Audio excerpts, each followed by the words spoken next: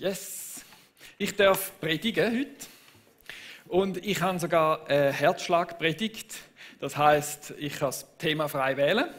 Ich habe dann auch ein Thema frei gewählt. Das ist ein bisschen inspiriert aus dem Epheserbrief. So. Aber ich habe es dann eben gleich so verpackt, dass es in die Predigtserie, die wir jetzt schon gehört haben, also ein sehendes Herz, ein demütiges Herz und so weiter, da habe ich das wie so drin tun. Es ist jetzt nicht der Abschluss, aber es hat sich einfach super gut ergeben. Ich will reden über ein nehmendes Herz. Und ich will das eben genau gleich machen wie in der letzten Serie und will euch mit reinnehmen und sagen, hey, lehnt geschwind zurück, versetzt euch in die Zeit damals in Jesus. Und ich habe letzte Sitzung gehabt, da hat mir jemand gesagt, du, das ist super Predigt, aber wenn die einmal sagen, ich soll die Augen zumachen, dann schlafe ich einmal immer schier. Also nur wenn du kannst die Augen zumachen, machst du sie zu und stellst dir das mit, oder? Und genau, ich nehme euch in die erste Story rein mit. Nach Abkühlung suchend, liegst du im grünen Gras im Jordan. Ja klar, da ist der Typ sehr schräg, sehr merkwürdig und auch ein bisschen komisch angelegt.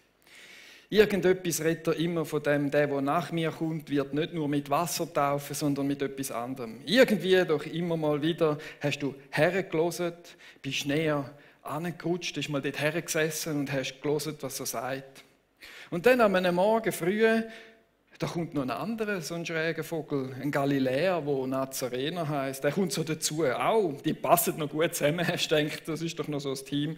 Dort hast du noch nicht gewusst, dass sie verwandt sind miteinander. Sie reden noch im Fluss, oder? Und eine Diskussion im Fluss, eigentlich kommen die Leute und lassen sich taufen, du schaust ein bisschen zu.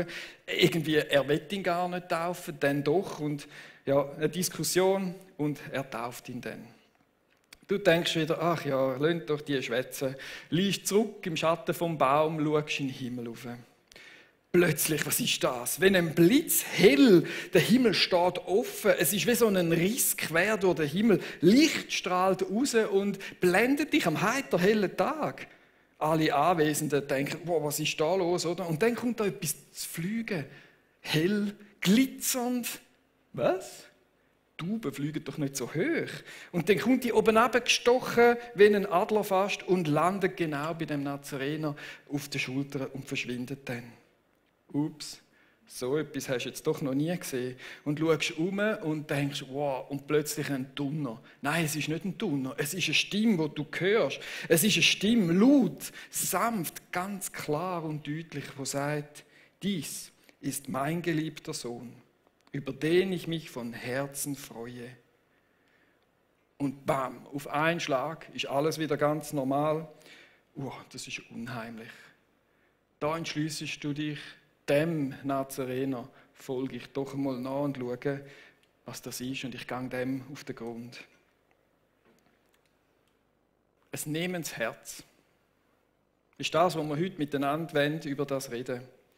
Jesus, der hat schon als Kind irgendwie gewusst, gefühlt, dass etwas Besonderes mit ihm unterwegs ist. Dass er eine besondere Aufgabe wird haben in seinem Volk hinein, auf dieser Erde. Er ist ja dort als Kind schon gern im Haus von seinem Vater, im Tempel gehockt. Und hat da vergessen, heimzugehen, weil er so mit den Pharisäern am Fragen stellen war. Er hat das irgendwo schon in seinem Herz gehabt. Und jetzt ist er ein Mann geworden, gross, ausgewachsen, weise, und er ist parat. Parat, seinen Auftrag anzunehmen. Und er geht zu dem Jordan hin. Und da kommt eine übernatürliche, gewaltige Bestätigung von seinem Vater.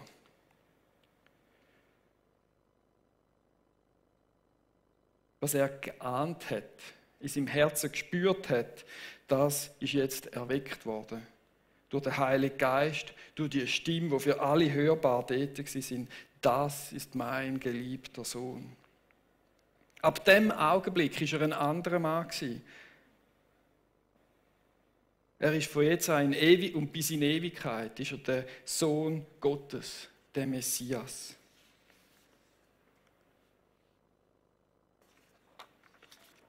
Ab jetzt ist fertig Zimmermann. Jetzt kommt Vollmacht, jetzt kommt der Heilige Geist, jetzt kommt das Hören auf die Stimme vom Vater in sein Leben hinein. Und jetzt geht sein Wirken los. Jesus hat das Nehmensherz selber gehabt. Er hat das, was der Vater für ihn parat hat. Sein lieblicher Vater nicht, aber der geistliche Vater, der hat für ihn parat eine Befähigung durch den Heiligen Geist. Er hat einen Auftrag für ihn parat und er hat das einfach angenommen. Er hat gesagt, das nehme ich in die Fußstapfen, die jetzt da auf mich zukommen, da gehe ich rein. Ich habe das Geschenk vom Vater angenommen. Er hätte das gar nicht machen können, ohne beschenkt zu werden vom Vater, vom Heiligen Geist und die Bestätigung. Er hat den Zimmermann aus Nazareth ein Stück weit abgeleitet. Das Alte ist vergangen, siehe, Neues ist geworden. Ab dem Zeitpunkt hat Jesus gelebt so als Sohn Gottes. Er hat das genommen, als wäre es selbstverständlich. Jetzt bin ich der Sohn Gottes, bestätigt und befähigt und ich nehme meinen Auftrag an. Und 3 Jahre später hat er die Welt gerettet als der Messias vor ihrer Schuld. Und was ist das für eine gewaltige Qualität, können das so anzunehmen, so wie Jesus gesagt hat, und jetzt ist es bereit, jetzt ist es so, ab heute ist es anders. Nach dem Jordanbesuch, nach dieser Taufe, nach dem Heiligen Geist, der gekommen ist, jetzt ist es ein anderes Leben für mich. Jesus hat das genommen. Er hat all die Verheißungen, die im Alten Testament, die er ja auch kennt hat, über den Messias, er hat die genommen und hat gesagt, jawohl, ich gehe den Weg. Er hat alle Zusagen genommen. Auch, die im Alten Testament über ihn sind. Er hat das genommen und er hat die Kraft vom Heiligen Geist genommen und hat seinen Auftrag gemacht. In Jesus sehen wir einen Sohn Gottes oder den Sohn Gottes, der die lebendige Kraft angenommen hat und so weitergelebt hat. Vielleicht ist das gerade ein bisschen schwierig für dich, wenn du denkst, ja gut, der Jesus als Vorbild ist schon gerade schon eine Stufe hoch, oder? Ich nehme euch eine zweite Story mit. Du bist Jesus schon 3 Jahre nachgefolgt. Und einmal mehr kommen wir nach Jerusalem. Ein bisschen müde, laufen dort in die Stadt rein. Und ihr werdet begrüßt, heute zusammen, das ist schön, es ist gut. Und dann, oh, Probleme sind schon am Horizont. Da kommt ein Pharisäer. Er nähert sich. Oh, das fehlt gerade noch. Weißt, ich bin doch ein bisschen müde und ich will eigentlich, was? Jetzt gibt es eine Einladung zum Nacht. Ja, das kann ja heiter werden mit Jesus und die Pharisäer, das ist immer so. Und eigentlich, ich will nur noch schlafen. Aber misstrauisch und mit gemischten Gefühlen laufst du dem hinein. Und wo er dort angekommen sind, aufgedeckt ist, fragt Jesus, und darf man am Sabbat heilen? Der denkt, so gut. Sie haben nämlich nicht gewusst, was zu sagen. Die superschlauen, frommen haben nichts geantwortet. Und dann erzählt Jesus eine Geschichte, dem Pharisäer, der dort sitzt. Er erzählt eine Geschichte und sagt, schau, ein Vater hat 2 Söhne. Und der eine, der Frechheit, der kommt, nimmt sein ganzes Erbe und zieht los. Der zieht los mit allen Kohlen, die er hat. Und er lässt sich an nichts mangeln. Also er gibt das Geld mit vollen Händen aus. Man hat ja genug. Aber eben irgendwann geht es aus. Und seine Karriere endet bei den Schweinen. Was für eine schlechte, unreine Karriere, dass der Sohn gemacht hat. Und jetzt kehrt er um, geht wieder heim. Er kommt zurück zum Vater. Er hat es natürlich eingesehen, dass das nicht so der beste Weg war, aber vielleicht hätte er ja noch können als Sklave oder als Knecht bei seinem Vater arbeiten. Und jetzt, das gibt es doch gar nicht. Der Vater kommt ins Spiel, der rennt ihm entgegen und umarmt ihn. Er, der so verrissen ist, der Sohn, der, oh Mann, und der umarmt. Und es kommt kein Vorwurf. Nicht einmal, ich habe das doch gesagt. Nicht. Echt, du bist ein bisschen irritiert ab dieser Geschichte. Und am meisten von dieser Geschichte fällt er ein, dass der Satz, der kommt, und sie fingen an, fröhlich zu sein. Also wie jetzt genau? Jetzt kommt der verlorene Sohn retour, hat alles verprasst, durchgelassen, sich Zeug gekauft und der kommt zum Vater zurück. Kein Vorwurf, sondern hey, denn mein Sohn war tot, jetzt lebt er wieder. Er war verloren, jetzt ist er wiedergefunden. Und sie begannen ein fröhliches Fest. Oder aus einer anderen Übersetzung, und sie begannen zu feiern. Das bleibt da so drin. Musik, Tanz, eine Ansprache vielleicht vom Vater, Fleisch, wie eine Sause. Du bist irritiert. Und auch der Sohn, der hat ein Nehmensherz. Und vielleicht dämmert es euch langsam, auf was ich raus will. Und ich will in dieser Geschichte hinein und in dem, was ich jetzt hier weiter erzähle, nicht nur davon reden, von dem Sohn, sondern ich will immer auch von Sohn und Tochter reden. Darum mache ich das dann auch in der Predigt. Ich weiss, es gibt irgendwie eine Stelle in der Bibel, hat mir Erika gesagt, wo eine Tochter so vorkommt in einem Psalm. Aber ich will da Ihnen das auch nehmen, weil ich finde, auch Frauen sollen das nehmende Herz haben. Und auch sie sollen vom Vater das alles nehmen und nicht immer nur Sohn stehen. Darum werde ich da Sohn und Tochter sagen. Der Sohn, die Tochter, die haben das Erbe durchgelassen, Vollgas, oder? Aus dem Elend sind sie aber dann nach Hause gekommen. Ich meine, klar ist Selbsterkenntnis da. Ich habe, glaube ich, alles ein bisschen falsch gemacht. Ich hätte das Geld doch anlegen oder hätte man Land kaufen oder was auch immer. Ich habe es jetzt durchgelassen, oh nein, oder? Und so weiter. Und die Tochter kommt retour im Elend mit einer Selbsterkenntnis und sagt sogar, Vater, ich habe gegen dich und gegen den Himmel gesündigt. Also man könnte nicht sagen, sie habe es nicht geschnallt. Und dann kommt zur völligen Überraschung kommt der Vater, wo sie mit Freude empfängt. Es gibt ein Gewand, es gibt einen Ring, es gibt Schuhe, es gibt ein Marschkalb, Musik und Tanz, eine riesige Sache. Und die Tochter, der Sohn, der nimmt alles an.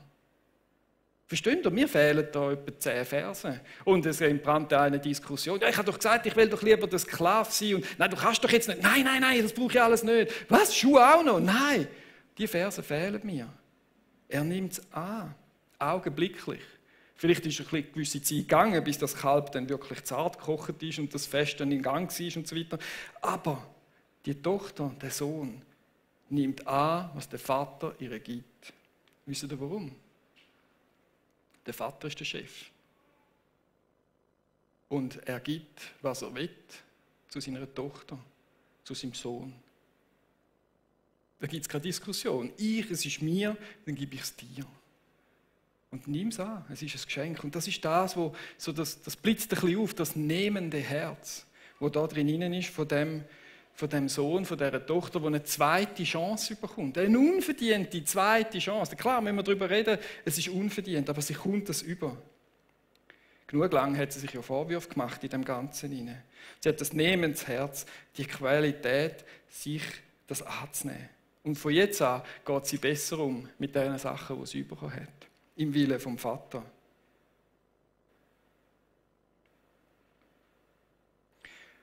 Und ich kann mir gut vorstellen, dass sie vielleicht in der Nacht, oder er in der Nacht einmal aufgewacht ist, sich nicht mehr ganz sicher war, wo bin ich? Dann sieht sie das Kleid, sieht er den Ring und die Schuhe.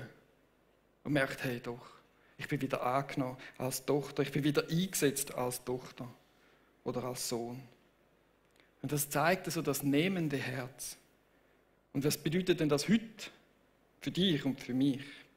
Die 2 Geschichten zeigen, dass der Vater viel für uns parat hat. Dass er uns vieles geben will. So wie Jesus können wir es annehmen und dann unseren Auftrag tun. So wie der verlorene Sohn können wir einen Neustart wagen, einen Neustart machen. Bist du bereit für das? Willst du nehmen vom Vater im Himmel, der Gutes für dich parat hat? Willst du aus seiner Hand die Geschenke annehmen, die er für dich hat? Von dem liebenden, erbarmenden, zuvorkommenden, friedlichen Vater. Willst du das annehmen? Für dich? In Anspruch nehmen? Hast du ein nehmendes Herz, wo du sagst, ja, das will ich machen? Was gibt es denn zu nehmen? Wäre ja noch gut zu wissen, oder? Was gibt es denn so? Ich habe auch im Epheserbrief ein bisschen weitergeschaut und das ist eine ganz spezielle Stelle in Sinken. Das ist schon gerade am Anfang vom Epheserbrief 1, Vers 3. Gelobt sei Gott, der Vater, unser Herr Jesus Christus, der uns gesegnet hat mit allem geistlichen Segen im Himmel durch Christus. Ich verstehe das ein bisschen so. Die ganze Speiskarte von Segen steht offen da. Nicht vielleicht, nicht irgendwann in der Zukunft. Nein, jetzt. Es steht, gesegnet hat. Er hat schon. Es ist schon gekocht. was in der Speiskarte steht. Durch Christus hat uns der Vater gesegnet. Nicht nur mit einem Apero, oder? Und ein kleines Vorspeissalötchen und nachher hast du Hunger, bis du gestorben bist und dann. Nein, alles. Mit allem steht. Hat und mit allem. Das ist mir so in die Augen gekumpelt.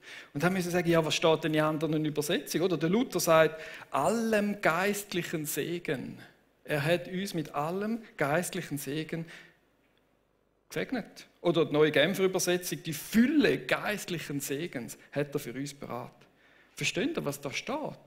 Als ich das so gelesen habe, habe ich gemerkt, hey, wisst ihr, was da steht? Da steht, liebe Elias, für dich ist die ganze Fülle von geistlichem Segen geliefert und steht zur Abholung bereit. Mit freundlichen Grüßen, ihr göttlicher geistlicher Segenslieferdienst. Wow! Wow! Ist das so? Kann ich am Morgen jetzt aufstehen? Oder ich habe dann angefangen, am Morgen so aufstehen und sagen, Herr Jesus, da bin ich, oder? Und ich bin ein gesegneter Mann. Und als gesegneter Mann gehe ich heute durch den Tag durch und heute habe ich diese Sitzung und es fehlt mir definitiv an Weisheit. Nein, nicht weil ich nicht vorbereitet habe, einfach grundsätzlich. Und ich will die Weisheit von dir, Herr Jesus, überkommen. Segne mich mit dieser Weisheit. Kann man das? Kann ich so aufstehen? Amen. Und losziehen. So wie ein Erbe echt. Oder? Der Sohn, der verlorene Sohn, der war ja Erbe auch wieder eingesetzt worden. Und der ist durchs Haus durchgelaufen, Speisekammer vorbei und hat rausgenommen, was er wollte. Er ist der Sohn, er ist Erbe, ihm gehört alles. Und das Coole ist, wir müssen die Geschichte mal weiterlesen. Der ältere Sohn, der ist übrigens der gesagt hat, er hat es mit Huren durchgelassen. Das steht sonst nicht. Wir wissen es also nicht genau. Das ist eine Vermutung vom älteren Sohn. Und das Zweite ist, in der Diskussion mit dem Vater, sagt der Vater zu ihm, alles hat dir gehört. Du hättest jederzeit kommen können. Alles, was mir ist auch dir. Wow, da bin ich stutzig geworden. Und der Jünger, der nimmt das einfach an. Der hat so ein nehmendes Herz, obwohl er vorher riesig Müll gebaut hat. Oder? Aber er nimmt das an und geht weiter. Es steht übrigens in Lukas 15,31. Alles, was mein ist, ist dein. Jetzt mal ehrlich, kann man so krass sein? Kann man so krass beten am Morgen früh schon? Ich meine, ja, oder vielleicht gegen den Mittag, wenn man wach ist. Hey, und dann ist mir etwas in den Sinn gekommen, ein Komiker. Wisst ihr, der hat gesagt, 2 kommen in eine Bäckerei. Ein Deutscher und ein Schweizer. Weißt du, wie kommt der Deutsche? Ich krieg dann mal ein Brötchen, ja? Weißt du, wie kommt der Schweizer? Entschuldigung. Wäre es echt möglich, vielleicht, wenn es gerade nichts Umstände macht, ich nehme die gern, also ein Gipfeli. Ja, danke vielmals. Ja, Entschuldigung, dass ich da war. Adi. Kennen ihr die Unterschiede? Und das ist für uns Schweizer noch ein bisschen schwierig. Hingehen und das Nehmen von dem Vater, der sagt, es ist parat, ich habe einen deckten Tisch. Psalm 23, der Tisch ist deckt, essen müssen wir selber. Und das finde ich einen spannenden Gedanken, so da drauf zu gehen. Haben wir es verdient? Haben wir es verdient, wenn wir die Frage noch stellen? Nein, haben wir nicht. Nein, ganz sicher nicht haben wir es verdient. Niemand von uns hat es verdient. Aber wenn wir im Epheser weiterlesen, merken wir, warum das möglich ist. Durch ihn, Jesus, der sein Blut für uns vergossen hat, sind wir erlöst. Durch ihn sind uns unsere Verfehlungen vergeben. Daran wird sichtbar, wie groß Gottes Gnade ist. Es ist durch Jesus Christus. Und weiter lesen wir noch, es ist überhaupt nicht unser Verdienst, wir können uns überhaupt nicht rühmen, nichts. Wir sind wie der verlorene Sohn, wie die verlorene Tochter, können wir retten und er gibt uns einfach neu das Privileg als Erbe zu sein. Das steht übrigens alles im 1. Kapitel vom Epheserbrief. Da kann man das weiterlesen, dass er uns zu Erben gemacht hat. Und wenn wir Erben sind, sind wir auch Kind und so weiter und so fort. Wow! Und ich will es euch ganz kurz zeichnen, wie es mich einfach so beeindruckt, wie es so ein Tausch ist, wo man wie muss sehen, oder? Also ich meine, sagen wir es so, oder? Wir kommen da mit unserer Schuld. Oder Zielverfehlung. Ich meine, der hat die Kohle das Erbe recht weit rausgegeben und es hat nicht gebracht, oder? Und dann gibt es natürlich eine Mauer. Oder wo beim Vater ein Problem ist, oder? Dann zeichnen wir mal den Beb, den Daddy. Ist ein bisschen traurig, oder? Der Sohn da unten kommt mit seiner ganzen Schuld. Und jetzt kommt aber noch jemand ins Spiel. Es kommt der da ins Spiel mit seinem Blut. Und das Blut sprengt die Mauer weg. Und was bringt denn der Vater mit? Der kommt mit dem Segen.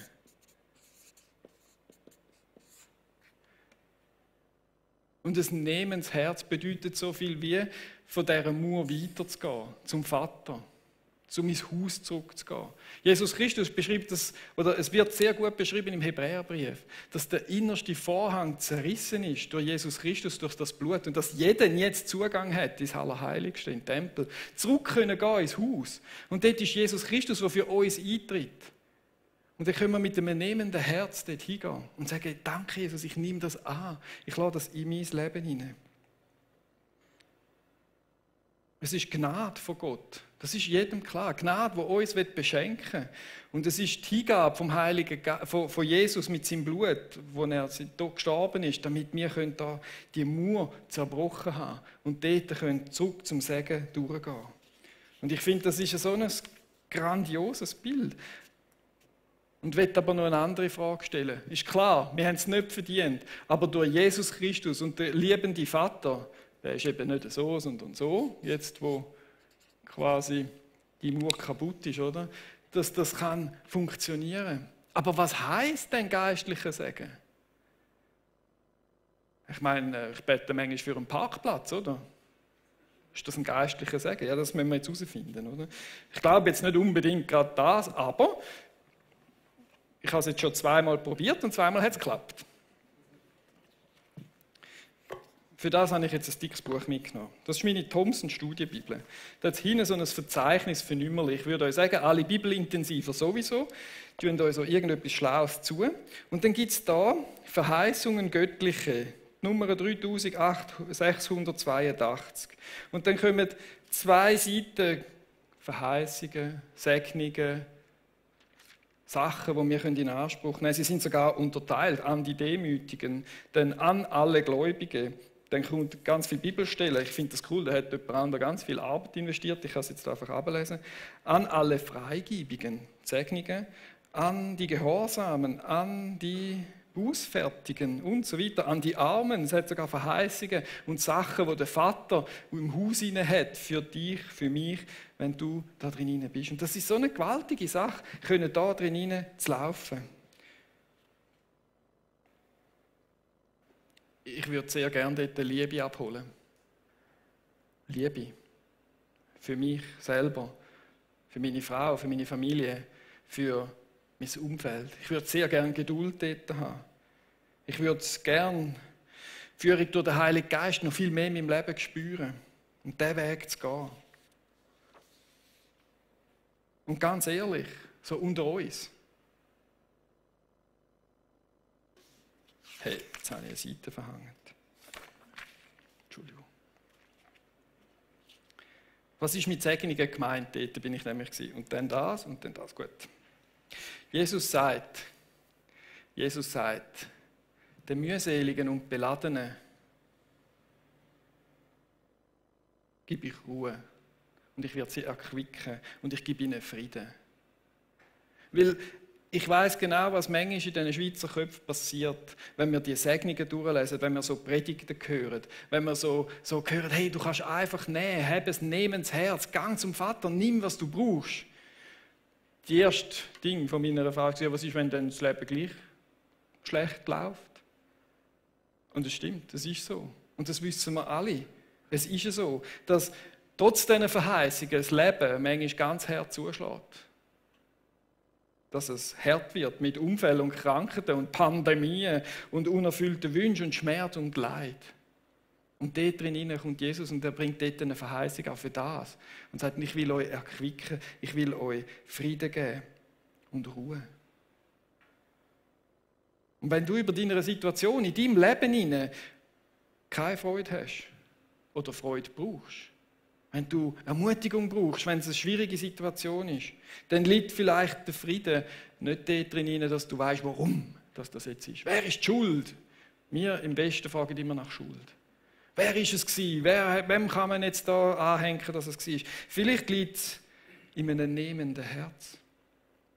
Und in der Ruhe vor Gott, in dem Tempel da, zum Vater zu kommen, in sein Haus hinein und in dieser Gemeinschaft, im Gebet hinein zu sagen, hey Jesus, ich bitte dich, ich nehme von dieser Ruhe, die du für mich parat hast.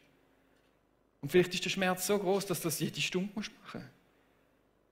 Aber die Ruhe ist verheißen durch Jesus Christus. Und das wollen wir annehmen. Jesus sagt, für die Leute, die nach Lösungen suchen und nach Antworten und so weiter auf ihrem Weg in dem Leben, sagt er, ich bin das Licht der Welt. Das ist eine Verheißung, das ist das. Er sagt, wer mir nachfolgt, wird nicht mehr in der Finsternis sein. Wer mir nachfolgt, also meine Kinder, die da durchgebrochen sind, im Vaterhaus sind, oder? Die kommen an den Punkt her, wo sie sagen, hey, das Licht strahlt bis zu mir in mein Leben hinein. Und ich werde sogar auch Licht sein auf dieser Welt. Und wenn du Licht brauchst für deine Entscheidungen oder für dein Leben, für alles, was da in dieser Welt jetzt musst neu organisieren oder machen, liegt es vielleicht nicht in der menschlichen Weisheit nur, sondern es liegt vielleicht auch dort drin zu sein, mit einem nehmenden Herz, im Gebet, zum Vater zu gehen, um da ins Haus hineinzugehen oder in den Tempel, so wie er im Hebräer drin steht, und zu sagen, ich brauche dein Licht für meine Entscheidungen. Jesus erleuchtet mich, nicht nur für meine Entscheidungen, vielleicht auch für mein Umfeld, dass ich ein Licht sein kann auf dieser Welt. Und manchmal ist die Dunkelheit und die Ratlosigkeit so stark in deinem Leben, dass du das stündlich machen musst. Das kann sein. Und Jesus sagt zu den Fruchtlosen, die in ihr Leben hineinschauen und sagen, hey, eigentlich, ich will mehr Frucht sehen. Ich will mehr erleben mit Gott. Ich will mehr von dem allem. Ich will Frucht in meiner Arbeit. Ich will das Gelingen in meinem Leben hinein haben. Dann sagt er, bleib bei mir und du wirst Frucht bringen. Oder wenn wir Nachhaltigkeit leben wollen, wenn wir Frucht bringen wollen, wenn du das möchtest, dann liegt es vielleicht nicht im Aktivismus, immer das Richtige zu tun oder besonders das Grüne zu tun. Es liegt vielleicht daran, dass wir zum Vater gehen, durch die Mauer durch, mit einem nehmenden Herz und hingehen und sagen, hey Vater, da bin ich bin dein Erbe, ich bin dein Kind und ich brauche jetzt die Frucht in meinem Leben. Ich nehme sie mir. Und das ist ein ganz cooles Ding, das geht ja nicht auf, oder? Frucht, die kannst du ja nicht nehmen, die muss ja wachsen, oder? Aber das ist ja genau das Coole an dieser Stelle, wo Jesus sagt, wenn ihr in mir bleibt, werdet ihr Frucht bringen. Und dass ich ihm bleibe, ich denke nur schon, den Weg aufzumachen zum Vater in den Tempel rein, mit dem nehmenden Herz, der lässt Frucht entstehen in unserem Leben. Aus dieser Gemeinschaft mit Gott kommt ziemlich viel, was wir im christlichen Glauben suchen oder gerne hätten.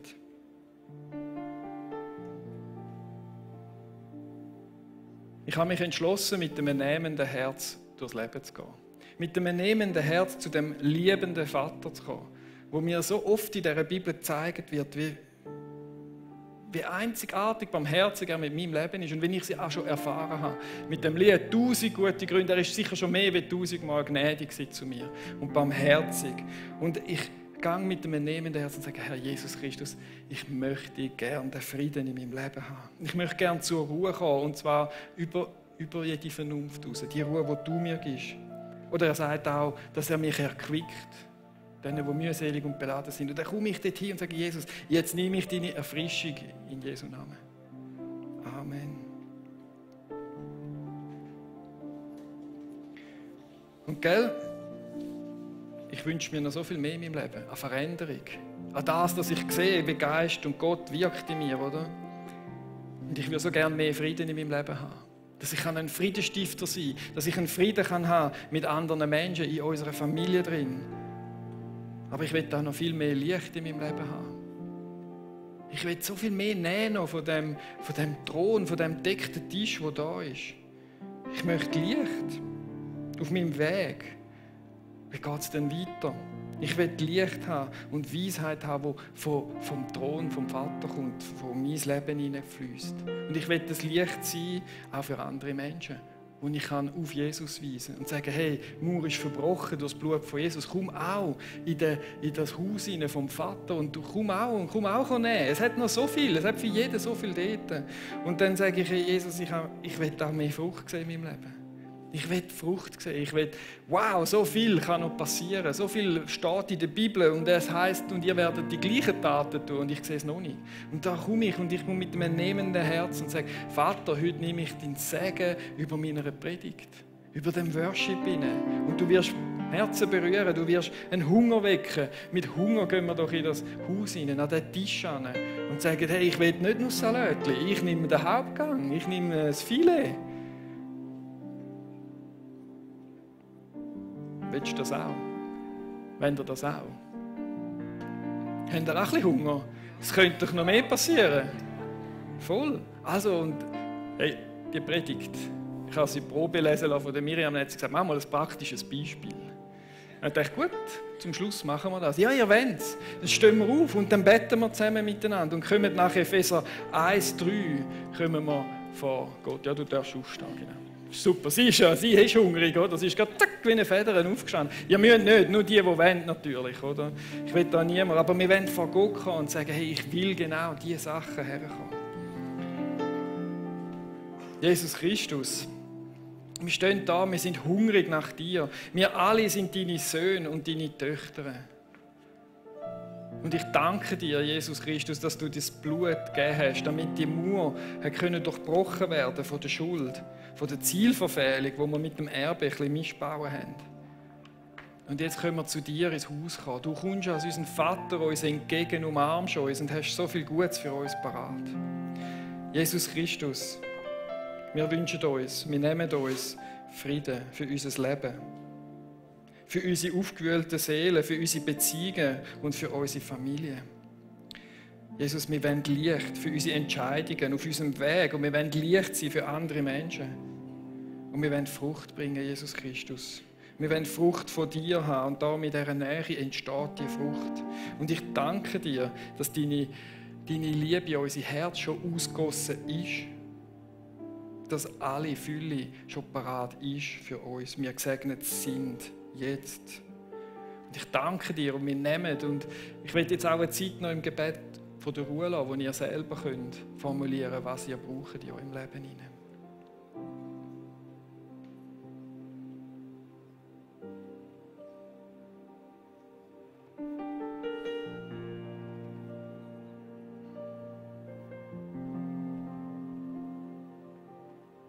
Jesus, danke, hast du so viel parat für uns.